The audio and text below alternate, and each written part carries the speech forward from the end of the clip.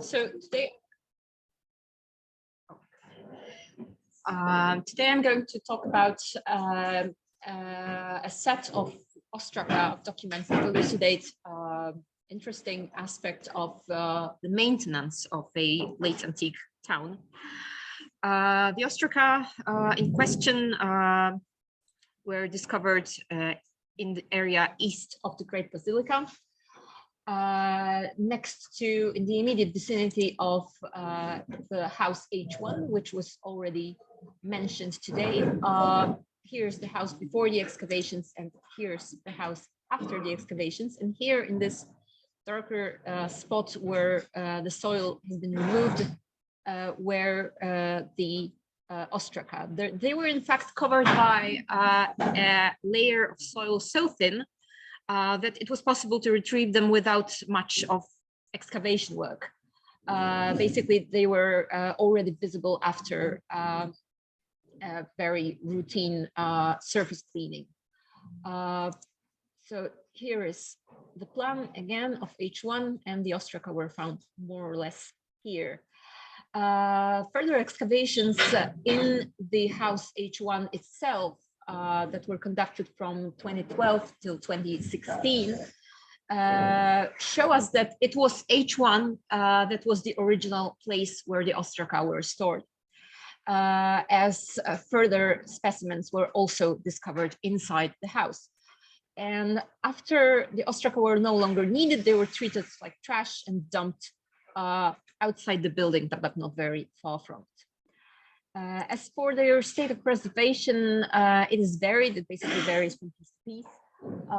Some of the particular pieces can be joined together to form larger fragments, which altogether present longer, more comprehensible texts, whereas other fragments are very small and preserve only a few letters, and their informative value is therefore minor. As I said, the fragments can be joined to form larger pieces. The pieces are in fact substantial enough to allow for a reconstruction of the diameter of the vessels from which the ostraca originally came from. And it turned out that the vessel in question, for the most part, was the Kazan amphora form 4, according to the typology of Kazan amphorae of Grzegorz Majcherek, which equals late Roman amphora 4C, with also some specimens coming from Majcherek form 2 and 3, or late antique amphorae 4A and B. The amphorae are attested in different regions of the Mediterranean and are generally dated to the late 6th, early 7th century. Some specimens were discovered in Alexandria at Komeldivka, and those are dated to the later part of the 6th century. The dating, the chronology of these amphorae gives us a terminus post quem for the ostraca, as their writing material was no earlier than late 6th century. The chronological frame thus obtained is still quite broad, but it is possible to narrow it down thanks to the use of myriads of denarii as a unit of account in the ostraca themselves. Myriads of denarii, of silver, of kerma, we have many options available, are attested in the Roman period, and the latest attestations come from the 70s, the 80s, and the 90s of the 6th century, with some examples dated to the initial years of the 7th century. But it must be said here that these later dates are only hypothetical. For all we know now, we can say that there are no securely dated examples of the use of myriads of denarii that would come from the 7th century. Thus, the chronological slot we obtain by combining the ceramic evidence and the metrological evidence corresponds more or less to the last quarter of the 6th century. What is this all about, or what type of information can we find in the ostraca? The ostraca are in fact preserved lists that enumerate tasks, people necessary for the completion of the tasks, their number, and their salaries. The tasks are all related to construction and rebuilding activities, also decoration and finishing. As we can see, we have firing kilns, roofing, transport of goods, dismantling door frames. I will tell you more about it further on. For reading the ostraca, we have two types of photography available. We have photos in normal light and infrared light. In infrared, some parts of the text are better visible, but it's always good to have both types of photos side by side, because while some parts are better visible in infrared light, the others are, maybe surprisingly, but this is the fact, are better visible in normal light. As you can see here, the entries concerning the tasks, the first lines of them are slightly jutting out in comparison to the lines containing the names of laborers, which are nicely lined up, and all the numerical data is here on the right. The infrared photography also shows us something very interesting, namely that the ostraca were reused. Here we have an entry, eis metakomisin hrion, for the transport of goods. We don't know exactly what it was. And here we have the initial eis written very neatly and very legible. And here just above it is a ghost of another eis that is part of a text that was inscribed on this ostracon earlier. So what we can see here is that scribes were applying a zero waste policy to the writing materials, and namely that they wrote the texts which were supposed to be ephemeral notes, and after they most probably copied them to a more final form, for instance, a ledger in the form of a codex. They washed the ostraca that were now ready for reuse. As I mentioned, the ostraca mentioned people and mentioned tasks. The tasks are multiple and include firing lime kilns that was to be effectuated by plasterers and assistants. And the presence of plasterers, koniatai, shows us that in fact these kilns were the lime that was produced in these kilns was used for plastering, for finishing works. We also have transport, as you already saw on the ostracon that I showed before. Eis metakomisin, this is how the transport entries begin. We do not know what was transported. Unfortunately, this information was not given in the ostraca. And it was effectuated by various means, by camel drivers, by donkey drivers, or camels or donkeys, let's be fair, but also by human workforce, namely hypurgoi. Hypurgoi is a generic word for assistant in this dossier. Those are people who are associated with different specialized workers. And therefore, we can imagine that there were a group of people who were delegated to various tasks without any particular specialization. We also have dismantling and replacement of wooden objects. Those wooden objects were door frames and doors, the types of wood used were palm wood and acacia wood. Acacia wood is attested on other sites in Egypt, more or less contemporary. For instance, in Bawit, where it was used for door lintels and door frames. An interesting point in our ostraca is the restoration of baths, of winter baths, on which more later. The word philopiskawe used to describe this activity is the derivative of episkawe, restoration. This Philopiscoe is a hapax. We don't know other attestations of this word. And it was probably, maybe it was invented by the scribe, we don't really know. And it basically underscores that this task was to be performed with particular care and diligence. And here we have a team of lead workers and supervisors. Lead workers are nothing out of the ordinary in a project related to baths as parts of a water installation could be made of lead. Also, quite interestingly, we have decoration works in hospital or poorhouse, sorry.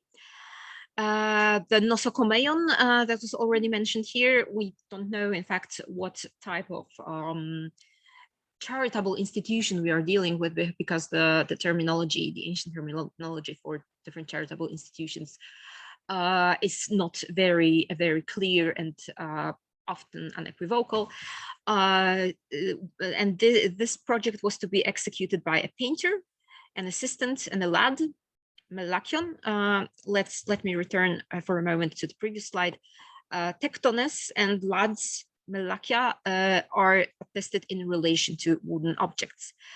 Since Melakia are always connected with Tektones, they were presumably specialized apprentices. They were probably carpenters' apprentices.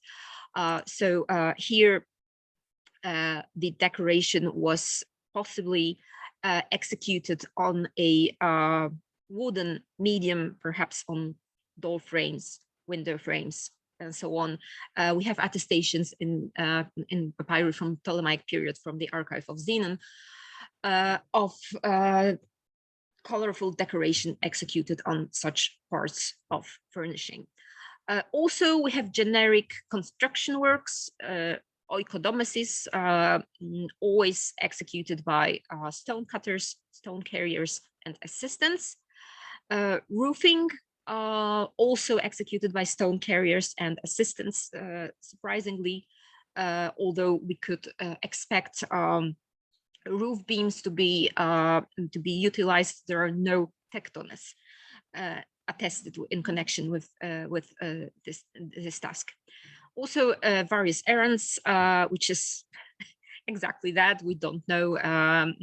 Some entries preserve the phrase peridrome diaphoron ergon, running around with various errands. So different tasks. The scribes must have known somehow what was going on here.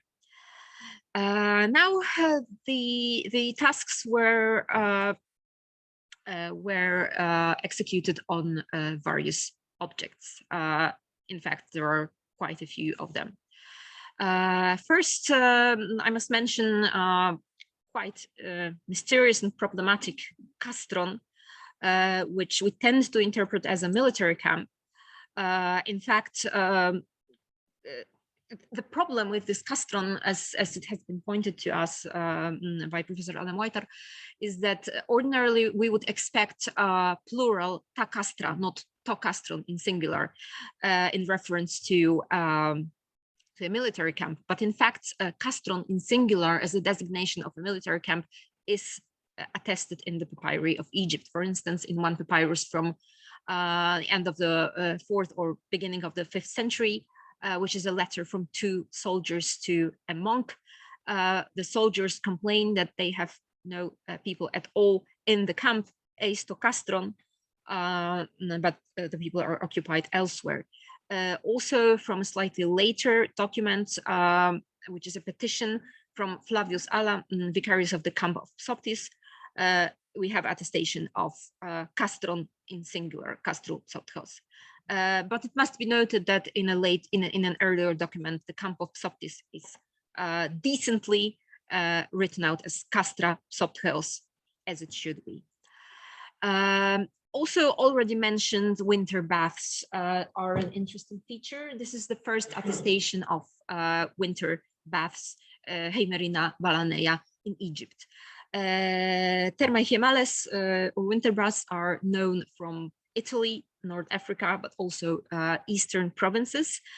But so far there were no traces of them in Egypt. This is the first one. The problem is that we do not know with which one of the bathing establishments preserved on the site we should identify this establishment. We also have baths, which may be synonymous with winter baths, in fact.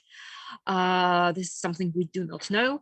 And interestingly, these baths are mentioned as part of one project in one ostrakon with a holy place, Hagiostopos, perhaps a chapel or a small church, which is also important, as we will see in a moment. Further on, we have a church, which we identify with the church or the Great Basilica in Marea. We have also, even more mysterious than the castron, an object which is called skene of the bishop. Skene in documents can mean many things. It can be a shelter, it can be a tent, it can be a cabin of a ship, also a sort of habitation. So what this can mean is in fact unknown. We have no analogies in any type of source that could elucidate this problem. So we take this skene of the bishop to be a sort of dais, perhaps roofed one, where possibly the bishop could officiate or preach. The structure was wooden, so this is some sort of hint that we have, but that's as good as it gets, in fact. As I mentioned, there's also the hospital or poorhouse, a bakery, and different unspecified building sites or katerga mentioned in many places in the ostraka. With such material, it's very tempting to try and identify the objects mentioned in the ostraka with sites visible in on the site itself. The church, as I already said, we tend to identify with the Great Basilica. Here is a mill. A mill is, of course, not a bakery, but it's possible that the bakery was located somewhere nearby. Here we have the bathing establishment and the holy place, Hagiostopos, which, as we can see, were not very far from each other. And therefore, they may be identical with the baths and Hagiostopos mentioned in the ostraka. This is the crackle baths, and this is the chapel with the burials that was already mentioned today. The possible location of the castron and the hospital, the nosokomeion, is as yet unknown. In conclusion, it must be said that the ostraka presents an exceptional opportunity to trace correspondence between text and space, as already noted. And this correspondence is something made very tangible by on one hand the results of the excavation, and on the other hand by the very place of discovery of the ostraka. This is not something we invent. This is something that we can really anchor in tangible reality. The ostraka give us interesting information about the deployment of workforce, the composition of different teams of workers, the fact that they were accompanied by assistants. Also, we can study the salaries of the workforce.